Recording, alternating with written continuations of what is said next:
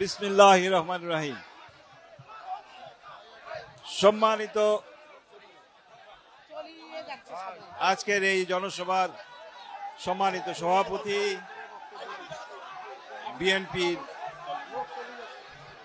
কেন্দ্রের সহ সাংগঠনিক সম্পাদক বৃন্দ, উপস্থিত নীলফামারী জেলা বিএনপির সভাপতি, সাধারণ সম্পাদক সহ জেলা নেতৃবৃন্দ, উপস্থিত ডোমার উপজেলার বিএনপির সভাপতি, সাধারণ সম্পাদক, পৌরসভার সভাপতি, সাধারণ সম্পাদক সহ সকল নেতৃবৃন্দ, উপস্থিত ছাত্র দল, যুব দল, স্বেচ্ছাসেবক দল, কৃষক দল, মহিলা দল, হিন্দু বৌদ্ধ ঐক্য খ্রিস্টান পরিষদ এবং সকল অঙ্গ সংগঠনের ভাই ও বোনেরা এবং আমার প্রাণপ্রিয় ডোমারবাসী ভাই ও বোনেরা, আসসালামু আলাইকুম রহমতুল্লাহ। আপনি বলেন। হিন্দু ভাইদের প্রতি আমার আদাব। তোমরা কেমন আছেন ভাই? ইনশাল্লাহ আমরা এই নীলফামারীর আসলে উন্নয়ন করতে চাই। গত 16 বছরে অনেক কিছু করতে পারি না, আপনারা হয়তো বা বঞ্চিত হয়েছেন, কিন্তু আমি আসার আগে এই দেশে বাংলাদেশে আসার পরে আমি যেহেতু একজন ইঞ্জিনিয়ার, আমার বহু ইঞ্জিনিয়ার ভাইদের সঙ্গে ঢাকায় কথা বলে এসেছি, ওনারা রাজি। আপনাদের যে কাজ প্রয়োজন ইনশাল্লাহ আমরা অতি শীঘ্রই সেই কর্মকাণ্ড আরম্ভ করব।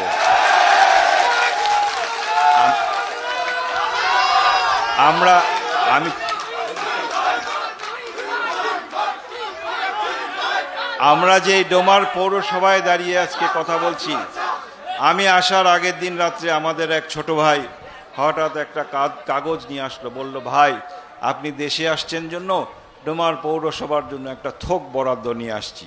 আমি বললাম কত টাকার থোক বরাদ্দ? বলছে 1 কোটি টাকার থোক বরাদ্দ। তো এইটা আজকে ডোমার পৌরসভার জন্য 1 কোটি টাকার বরাদ্দ।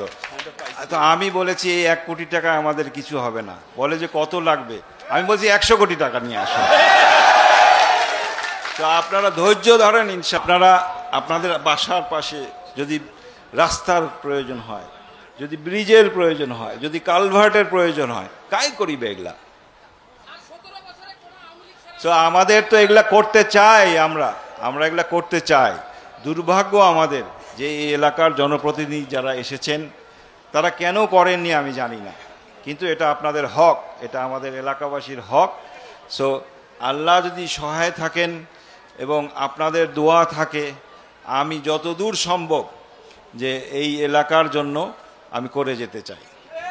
আমি শুধু চাই যে আপনারা দোয়া করেন, আপনারা সঠিক পথে থাকেন, আপনারা বিভ্রান্ত না হন। কারণ আমরা অনেক সহজ সরল এই এলাকার মানুষে কোনো কিছু বুঝাইলে, স্পেশালি মা বোনেরা আমাদের, আপনাদের ঘরে ঘরে হয়তো বা অনেকে যে ফুসুর করে অনেক কিছু বুঝাবে, কিন্তু সত্য আপনারা পড়াশোনা, আপনারা শিক্ষিত, এখন মেয়েরা তো অনেক শিক্ষিত, আপনারা কোরআন পড়তে পারেন, হাদিস পড়তে পারেন, আপনারা নিজেরা বই পড়ে জেনে নেবেন, না হলে মুরব্বীদেরকে জিজ্ঞেস করবেন। সুতরাং বিভ্রান্ত হবেন না। আমরা উন্নয়নের পথে থাকতে চাই, আমরা এলাকার উন্নয়ন করতে চাই, আমরা মানব সম্পদের উন্নয়ন করতে চাই। এই যে এত মানুষ আমাদের দেশে, এটা আমাদের সম্পদ, এটা আমাদের বোঝা নয়। জাতীয় নির্বাচন হয় এবং আমরা যদি দেশ পরিচালনার সৌভাগ্য পাই, তাহলে আমার ইচ্ছা যে ডোমার ডিমলাকে আমরা নিরক্ষর মুক্ত করব এবং সেটার কার্যক্রম আমাদের দল যেহেতু অনেক সম্প্রসারিত হয়েছে, সুতরাং আমরা আরম্ভ করব খুব শিগগিরই। আর আরেকটা টার্গেট হচ্ছে যে প্রতিটা ঘরে, আমাদের ডোমার ডিমলায় প্রায় 1,21,000 পরিবার আছে। তো আমার ইচ্ছা যে প্রতিটা পরিবারে অন্তত একজন করে গ্র্যাজুয়েট বা স্নাতক ডিগ্রি অধিকারী হবে, এর অধিক হোক তাহলে ভালো। তো এই দুইটা টার্গেটে আশা করি আপনারা আমাকে কি হেল্প করবেন বাহে? আপনারা রাজি আছেন? তাইলে আমাদের দলীয় নেতাকর্মী যারা আছে, এই যে ইয়াং যারা, তুহিন ভাই চিল্লাচ্ছে খালি, তোমাদেরও দায়িত্ব হবে যে এই কার্যক্রমে অংশগ্রহণ। তোমাদের প্রতিবেশী যারা আছে বা তোমাদের আশেপাশে যারা আছে, তোমরা খোঁজ করবা যে নিরক্ষর কে আছে, তাদেরকে আমরা অক্ষর জ্ঞান দিতে চাই, তাদেরকে আমরা শিক্ষিত করতে চাই।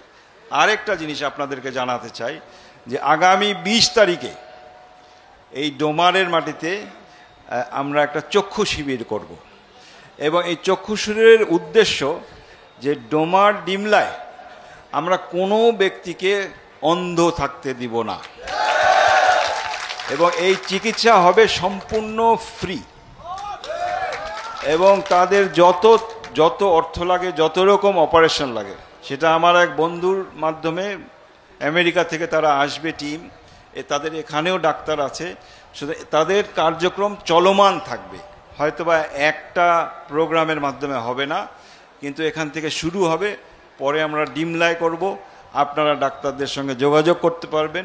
সুতরাং যে কারো যাদের চোখের সমস্যা আছে বা আপনারা জানেন, তারা এখানে আপনাদেরকে আমি আমন্ত্রণ জানাই। আগামী 20 তারিখ ডাকবাংলায় সকাল 11টায়, সকাল 10টা 11টার মধ্যে আপনারা চলে আসবেন যারা জানেন না। এবং আমরা হেলথ সেক্টরেও আপনারা দেখেছেন যে আমরা হেলথ ক্যাম্প করেছি, ডাক্তারদের মাধ্যমে ফ্রি চিকিৎসা দেওয়ার চেষ্টা করেছি। আমরা চাইব যে সেই ফ্রি চিকিৎসা, সেই হেলথ ক্যাম্পগুলো আরও বেশি বেশি করে হোক এবং আমাদের গরিব মানুষ যারা আছে বিশেষ করে তারা যাতে বিনা পয়সায় এই চিকিৎসাটা পায়। তা মোর কথা কি বুঝা যাচ্ছে? তো আও করেন না কেন?